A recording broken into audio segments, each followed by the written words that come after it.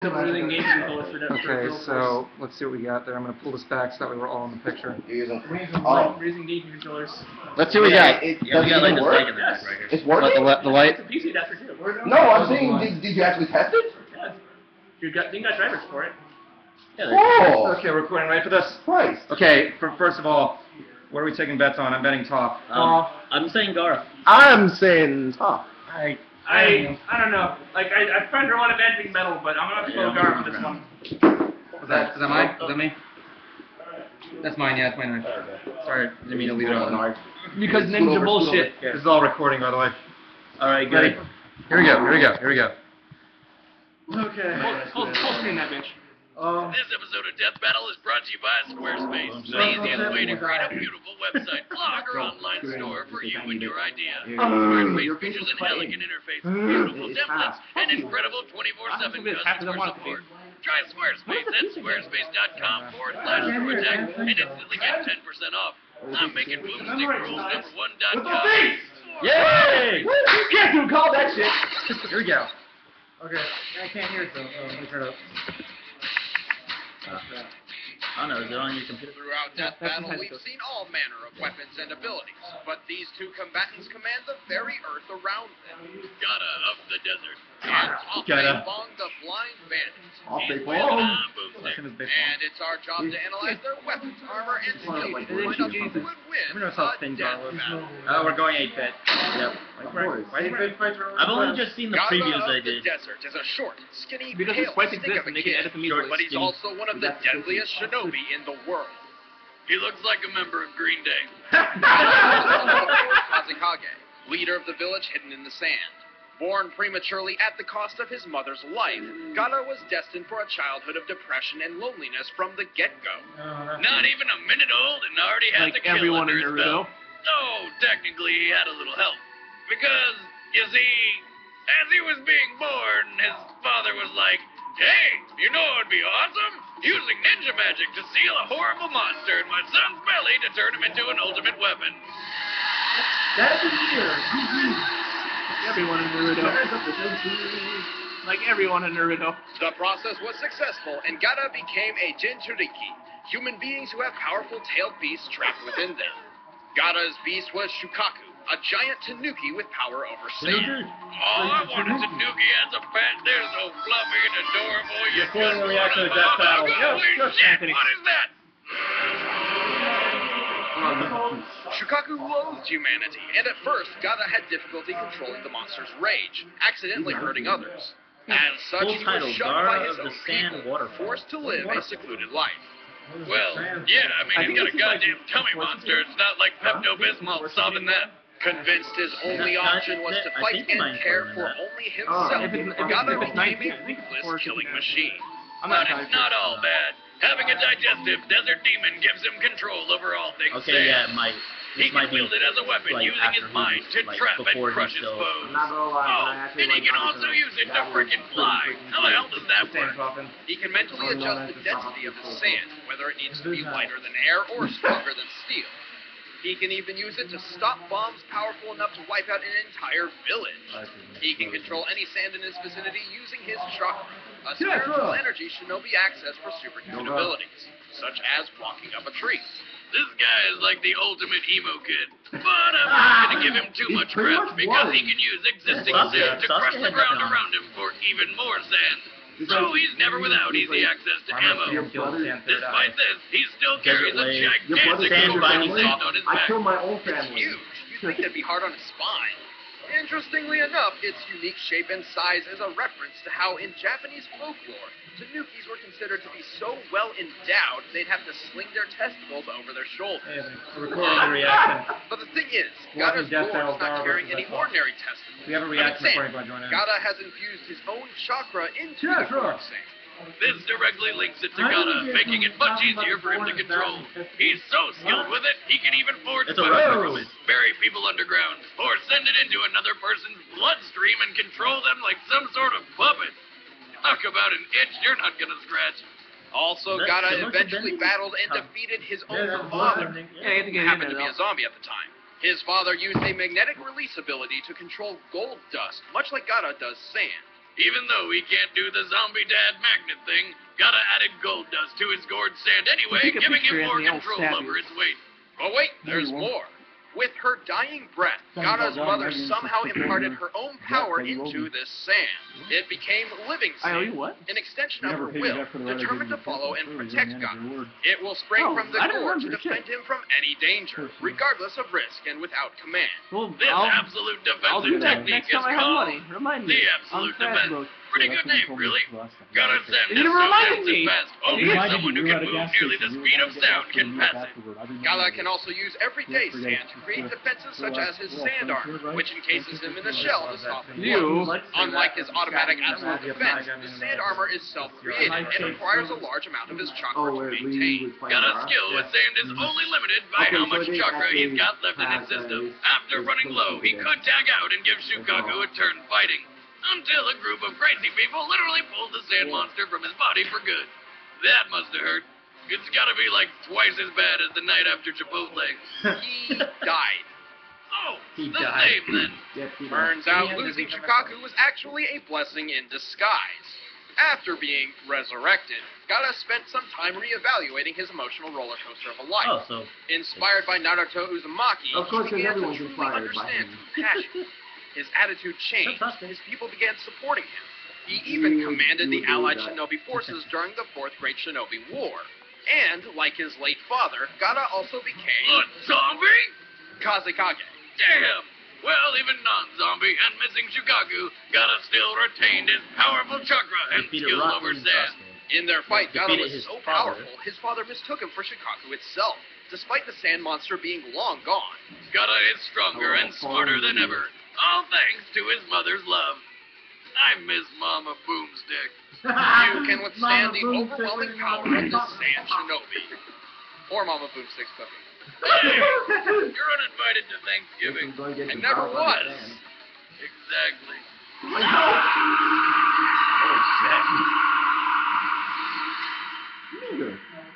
So just like white people, we're gonna go check it out, right? Like,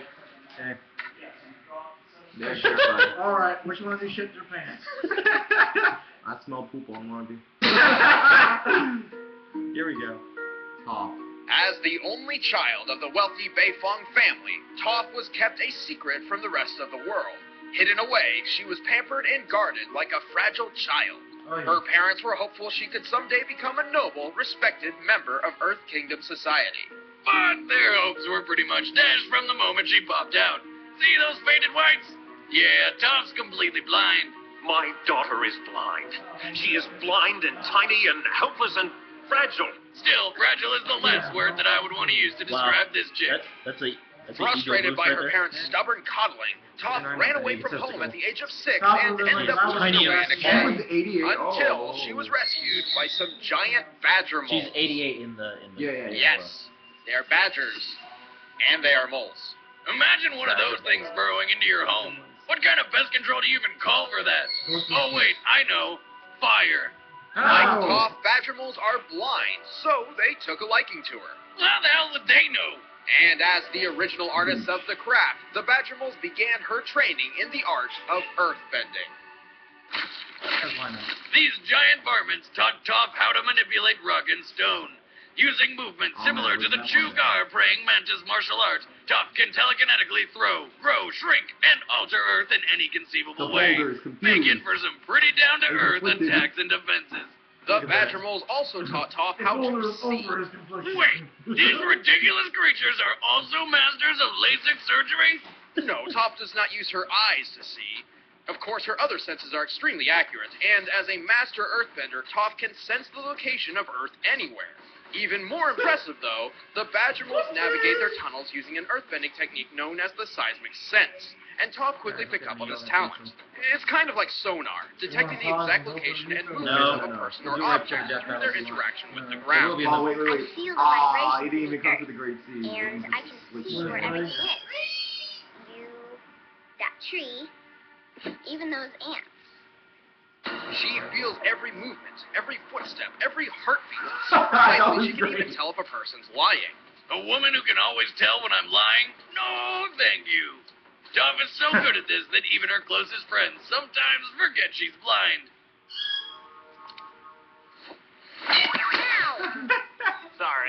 But don't worry, they're reminded. In only 6 years, Toph had completely mastered earthbending. She even won the Earth Rumble 4 tournament multiple times under her stage name, the Blind Bandit. But Toph didn't stop her training with just earthbending.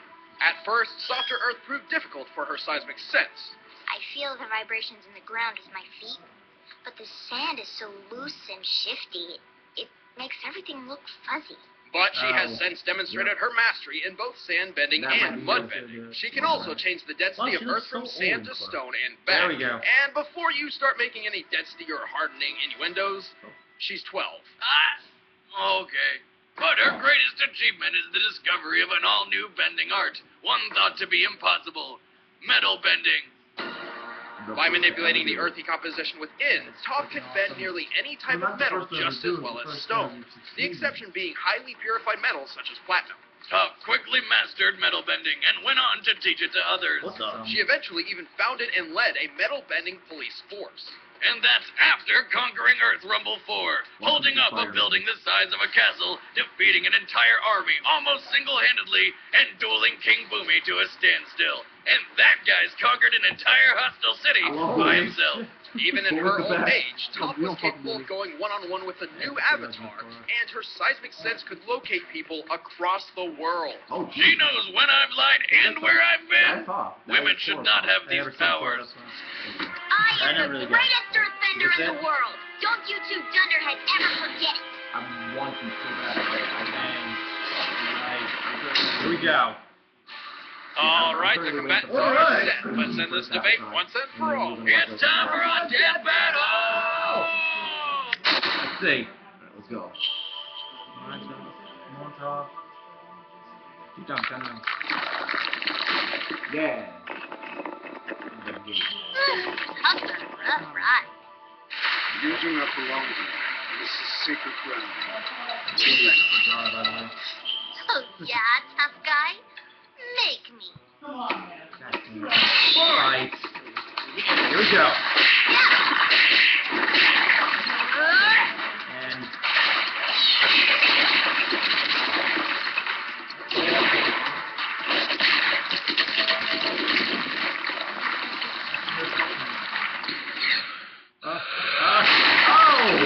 Interesting. She can land stone as fluently as I control sand.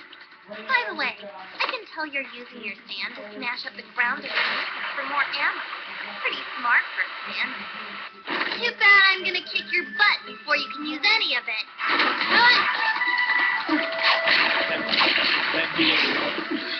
what, her? I can't underestimate her. Yeah. It's her down here for a second together. I need time. Huh? Uh-oh.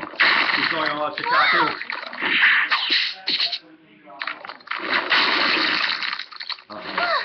Sorry, Grumpy. I'm not ready to be a shish kebab just yet.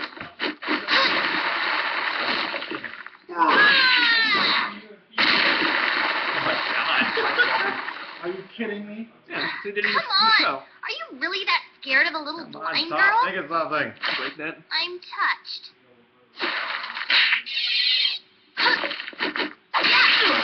Oh my god. Oh! Why you got him out? Your eyes.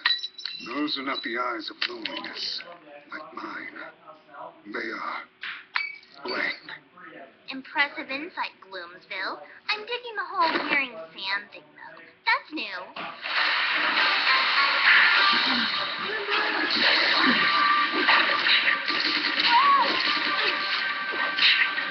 Oh boy. There! Oh god. Use your no. arms to control the earth. I will remove them. Fight your way out. There you go. Dream on, creep. It'll take a lot more sand than that to take me down. That's the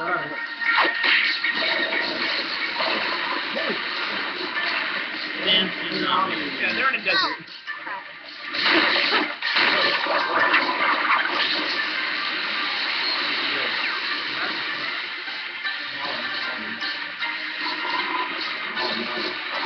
Sand coffin. No. Sand burial. Oh. Oh, no. I don't think She had so. metal on it. It is done. Oh! Jeez, I almost felt that. That's impossible. Are you kidding? Pay attention, Yeah, they could have got a Sandy. better motion. I'm about to school you. Yeah, He's just rooting as he's just rooting for all this time.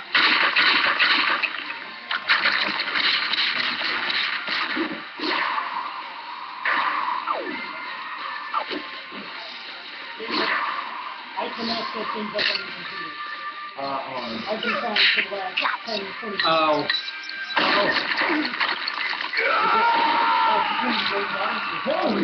Oh yeah, he has to say, Is it? Yeah, it's a span armor. Is it? Yeah, Yeah. so he turned his own thing. Yes! Wow, it was on top! Goddamn son of a weasel! The character have to lose. Also, it's 6. Yeah, but Too. here's why. Gaara's sand Yeah, is can you set it monstrous, up on and my its speed and computer? power could easily obliterate most PS3? foes. But with Toph, it's another story. Really? She's friggin' blind, for God's sake. And he can fly! Oh, ho, ho. In the official behind-the-scenes extras of the Avatar Book 2 DVD, we found this. Toph can feel the earth, even if it isn't connected to the ground. Toph is tough, but her real strength lies in her precision and technique. With her earthbending and seismic sense, she could see Gaara's attacks coming the instant they began, regardless of if he was in the air. While Gaara's chakra-infused sand is controlled by his late mother, it's still sand. Just like in an earthbending duel, Toph was able to influence it long enough I just wanna see who's directly next. block attacks. Also remember, Gaara added his father's gold dust to the mix, giving Toph 2 different bending options just in case. Unlike platinum, gold contains traces of iron and copper, and can be metal bent. To top this off, Gaara keeps himself covered in his sand armor, so Toph could always sense where he was.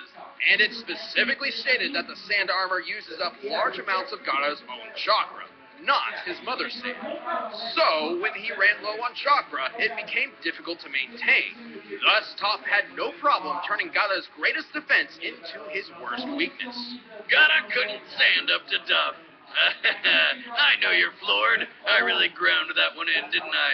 What can I say? It's Wait, my who's earthly next? delight. The winner is Toph Bei Fong. Who Who's needs to next? gravel about it? Who's Can we next? just bury the hatchet? I'm out. Next time on Death Battle. Who is it? Samus. Samus Aran Wait, versus wait. Fail. They already, Samus versus they already did this. They already did this. no, it's Boba Fett. No, they They didn't did. do that. No, Yeah, they did. no, that was Samus versus Halo. No. No. There was the first Death Battle. It was Samus versus Boba Fett. And he's a rematch. Can they do rematches? They did in the real world. They already did. Samus won. Oh. Samus 0. Remastered. What, are they gonna change it or are they gonna like If you guys friggin'... enjoyed the episode, please like, share it with your friends, argue, and Can I say subscribe. I called that one? Yeah, I could say I called that one. Stop recording.